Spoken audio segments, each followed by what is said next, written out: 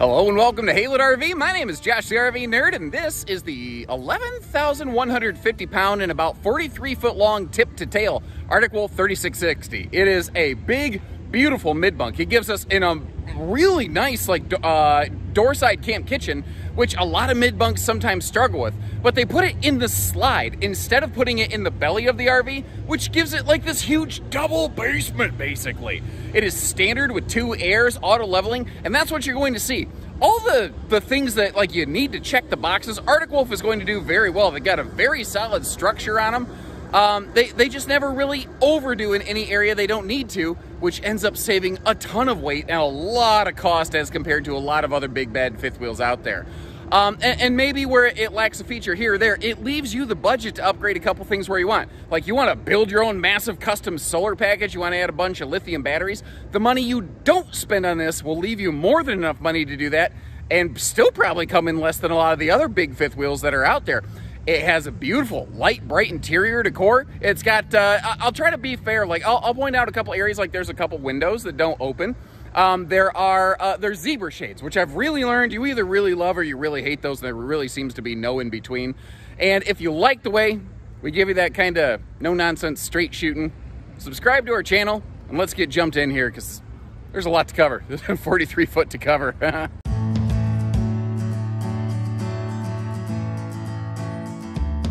What? There's so many things I like about this one, like right when you walk in.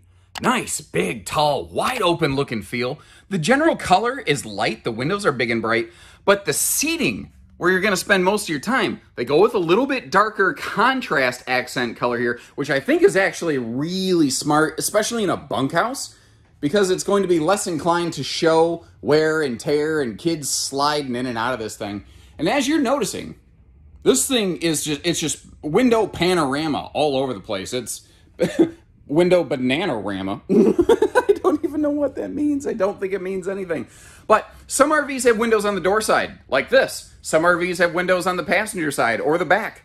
This has all of the windows, basically, in all of the places. And that's one of the nicer things about this. Now, interesting thing here, the entertainment center there, you see no television. We haven't removed that. Arctic Wolf doesn't do a standard TV. And for their optional TV, for the cost of it, we found that we can get you something the same size or better for, you know, the same or less money at the big box store of your choice. So it's just kind of one of those things that we keep an eye out on for you.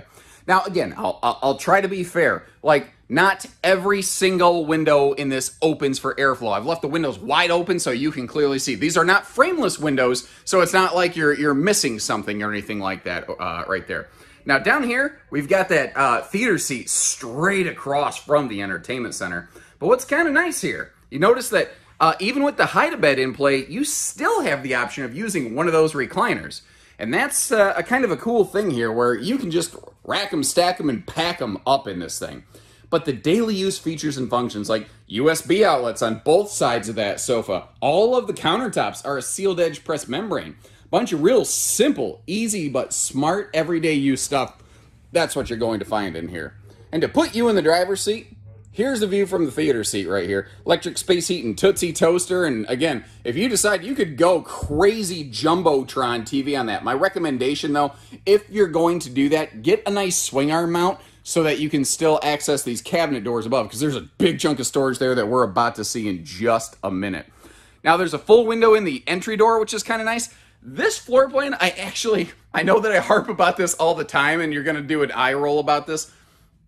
I don't mind, actually, that there's no shade in the door of this one, because straight across from that door is just another door, the middle room door. So it's not like anyone's really peeking in at you, looking at anything. Now down here, the table and chairs arrangement, a lot of mid-bunks are booths.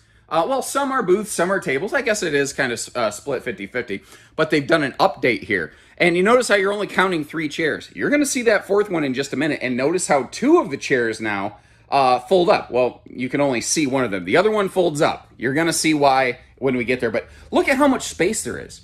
You know, when you're sitting at the table and the other person, like if the person by the window has to get up and you're the person over here in the chair that's slid out, you can see how much room there is to play with there. They can actually get around you without you both needing to get up. Now, you might need to scoot forward, Like, I definitely have to do a little gut suck boogie and you know, bring in the old dad bod over here. By the way, it's just a fuel tank for a lawn mowing machine. Let's look at the kitchen storage. And I mean, obviously, you're not gonna put your kitchen whisks in here or anything like that. But being able to keep your remote controls, your phones and stuff like that away from the littles sometimes is extremely handy. Now, there's one thing here I think they did extremely well also, and that is that, and this is going to sound weird since I'm right-handed, they mounted that stove all the way against the refrigerator wall so that you're not really as likely, if you're cooking bacon, you're not going to be splattering bacon grease against people. And speaking of splattering, this has that cutting board backsplash. But you don't need a backsplash as much because the stove obviously has the glass top built in. I think that makes a very good side splash, although you could very easily use that as something of a serving tray, too. You've got that 12-volt DC compressor fridge giving us some very travel-safe stuff. So when you get to your destination, the kids' Hug Juice barrels are cold and, you know, your barley pops are nice and chilled. You've got that very popular, I love that black stainless farm sink. It just looks good, and the way it's skirted on the front kind of just churches the place up. And that's what you're going to see at Arctic Wolf. I've said it before, I'll keep saying it. They're simple where they should be and fancy where they could be. You know, they make sure, they really nail all the everyday function features, like making sure you got a nice wide open spot for pots, pans, bacon sheets, so you can make your cookies and biscuits, things like that. But lighting, you know, you need lots of lighting. They loaded up on lighting, and lighting is not an inexpensive thing. They're not cheap. They're just very smart. And this is all above that camp kitchen. Big chunk of storage space right there, frankly. That's like hide and seek capable, although I wouldn't recommend climbing into that. As long as we're looking at every little pocket. Ooh, I forgot to open. I knew I'd do something like that, but just to open kind of everything up for you. See, beside the sofa, you got the little pockets there. And, of course, above the rear sofa, you do have a cabinet up there as well, although you notice that those are not open. That wasn't accidental. I didn't forget that. Those don't have struts overhead to open them. I think that those are a lesser used storage area, so they probably, again, with that smart money concept, said, well, let's not overdo in an area that doesn't necessarily, you know, get a lot of use. We'll focus our money on the everyday stuff. That's what you're going to see here. But if all you need is struts for a door, that's not a big deal. If that's the only thing stopping you from buying a camper, you give us a call here at Haylett RV. Chances are, you know, we can make that happen. And this is really I think the focal point of this trailer. This is the heart and soul of this concept. You get yourself a large, wide open living space that can actually seat as many people as the RV sleeps. That's one of the things that always boggles my mind. So many bunkhouses have more sleeping capacity than they have seating capacity. I guess they expect that no one's ever going to eat at the same time. I don't know. Now, this one, obviously, because this middle room is so flexible and can do different things, you know, it could be a second living room, it could be an office, it could be a game room. You notice how that sleeper sofa does go right up to that cabinet right there. That's one of those details that I wanted to make sure you're aware of. You do lose the ability to walk around it.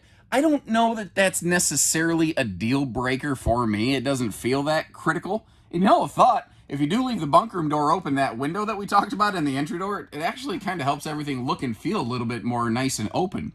But this is like, you could have separate entertainment. You could have, again, a game room. You could convert this into an office. Although, guys, you're about to see, this has a little bit different kind of office desk arrangement up in the bedroom that we're going to check out in just a minute. Now, from that middle room, moving our way upstairs here, at the top of the stairs, we have the flip-out ladder. I prefer the ladder to be kind of in this position so that it doesn't, you know, it's not so far up and down for the kids. The littles, the people that you're going to put up here, they probably don't want to have to climb or worry about falling like 8 feet. God bless America, that is a big bed space. Now, you could always pull that mattress out or just leave it there and throw some totes in and use it for attic storage. Some people, and again, I'll always try to point out the up and the down. Some people really hate these ladders because they don't like the idea of potentially being tripped up at the top of the stairs. I get that. That makes sense. I'm definitely not going to discredit that. I would personally rather myself take on that risk than my kid take on that risk. just as a parent, I'm willing to, you know, sacrifice a body, dive for the ball in the NFL or whatever. You get the idea. I'd rather deal with that myself than have my kids worry about getting hurt. Now, again, you notice that big vent fan, a nice, large, tall shower, 30 by 36, plenty of room around the toilet. The important factors are all done here and done very, very nicely. Now, there is full storage down there, by the way, and as we go up again, remember, big sink, and that is sealed edge countertop space, and a nice large medicine cabinet up here as well. Now, when we get up here into the bedroom, several things are going to change in an Arctic Wolf with a bed slide, at least, versus a non-bed slide Arctic Wolf. We go from a 60 by 80 True Queen to, I think that's a 72 by 80 king bed, standard in a bed slide Arctic Wolf. You're also, 72 by 80, I think that means that's going to be a lot easier to get sheets for that, too. That's a nice little hidden bonus there. The second optional air conditioner that all Arctic Wolves can have is now standard in the bed slide models. But over here, they maintain this bonus closet space that the smaller Arctics without bed slides have. And it's obviously still closet space, but look on the left. This is our washer-dryer space. So, since you don't need to build a washer-dryer cabinet in the nose of the RV, what do they have over there? And the answer is that fourth floating folding chair that we were talking about with a fully redesigned front end on this. They don't need to worry about washer-dryer space. But you know what everybody and their brother's been asking for this last year? Desk space. So Arctic said, no sweat. We're going to build you in a desk back here. Again, it's that same sealed edge pressed membrane stuff. You've got outlets up there to charge your phone, your devices, household outlets to if you got a laptop, little shelf up top for some little, say like a pencil cup organizer or something like that. It's simple, but it's funny how just a little bit of thought right there can really enhance the function of the RV. Now, if you don't care about all, office space stuff, you could always turn that into like a personal vanity station in case, you got a bunch of kids. My daughter's getting in her preteen years. Maybe she's going to start spending more time occupying the bathroom, Maybe it'd be nice if we had our own little personal vanity space up here. Now, just to give you an idea, on that left-hand side of the door right there, that's like also just nothing but dresser storage. So you've got storage galore, hanging clothes, dresser space, storage below the giant bed. And did you notice up here, it's totally carpetless. That's one of those things that down in the main deck, I think when, some people are saying, oh man, carpeted slides, instant deal breaker for me. But have you noticed how it's at least ventless flooring? Oh yeah, by the way, there's an extra light under there, so you can actually work and, not be in the dark the entire time. That's how I like to operate, by the way. I do my best when I'm just operating in the dark. And as is sometimes the case, especially in bigger models like this, these multi-slide giant models, they just don't have the extra length available to allow you great living room or kitchen access in transit. Although in this one, since it does have a hallway to the middle room, if you need to get in here and pack up some clothes for the kids, you can do that. But otherwise, with this big window right here, you can look, but you can't touch. Now, a little bit of a housekeeping note here. In the past, you would have always seen this land at Haylett RV with a ladder on the back, and it is ladder capable, but for various production reasons, the factory just simply no longer offers a ladder, even as an optional item. We could still add one for you here at Haylett RV, so just kind of keep that in mind. Now, as long as we're back here, might as well point out the LCI Insight Bluetooth camera that comes standard on these to give you a little bit better view when you're parking the thing.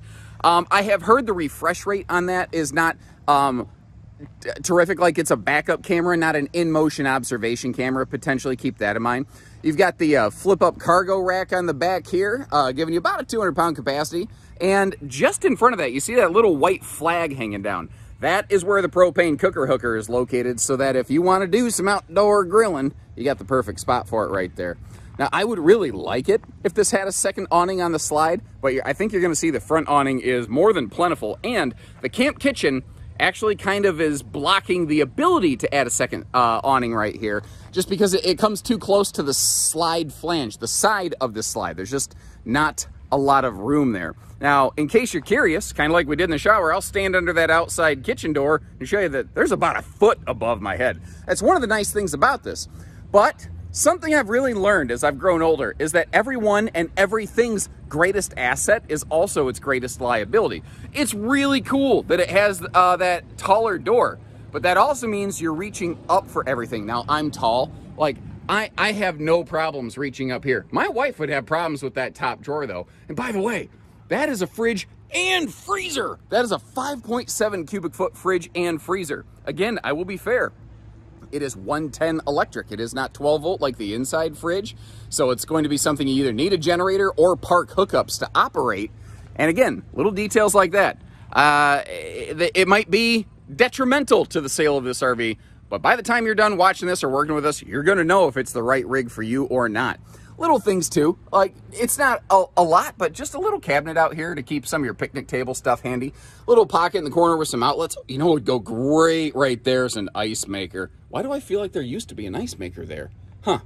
Maybe that phased out or they've run out.